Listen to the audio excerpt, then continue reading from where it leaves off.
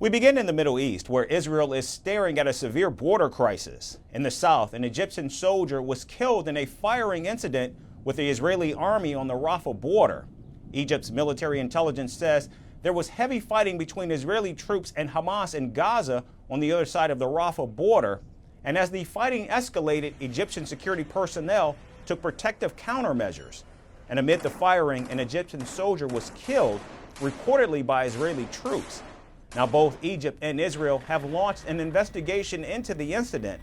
However, some Israeli military personnel are reportedly blaming Egypt for the deadly exchange of fire. Israel has confirmed that none of its troops were either killed or injured. And now Israel and Egypt signed a peace treaty back in 1979, and the two nations have cooperated ever since.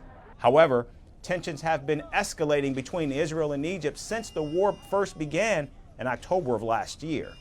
The Israeli military has been operating in Rafah and controlling the border crossing in Gaza since early May. And Egypt has shut down its side of the Rafah border crossing, preventing crucial humanitarian aid from entering Gaza. In fact, Israeli Prime Minister Benjamin Netanyahu has even accused Cairo of holding Gaza hostage. Now, as the situation intensifies on the Rafah border, Israel is facing heightened tensions to its north. Lebanon-based Hezbollah fired at least 50 rockets at 3 Israeli border towns, wounding several civilians. In retaliation, Israel launched airstrikes deep into Lebanon, killing at least 7 Hezbollah fighters. Israel claims that it dropped bombs on 3 Hezbollah locations and destroyed 1 command center of the Iran-backed group. And now Hezbollah says they will increase their attacks on Israel.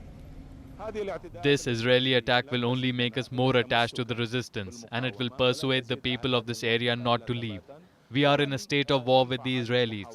Of course, there will be sacrifices and losses, but at the same time, the resistance is also inflicting losses. Now, in recent weeks, Hezbollah has stepped up its cross-border attacks on Israel to show their solidarity for Palestinians in Gaza. With a firing incident in Egypt and cross-border strikes with Hezbollah, Israel's war in Gaza is showing ominous signs of spreading throughout the region. From impeachments to inaugurations, if it's a political story, we are on the scene. The race for the White House is heating up. We're beating Biden. How dare he say that? If it's breaking news, we're live with the latest coverage. From the White House, the State Department, and Capitol Hill, we know the issues, but above all, we know the players to bring you the latest in-depth analysis on all the key stories that we're covering. I'm Eric Ham. Join me from Washington here on Firstpost America.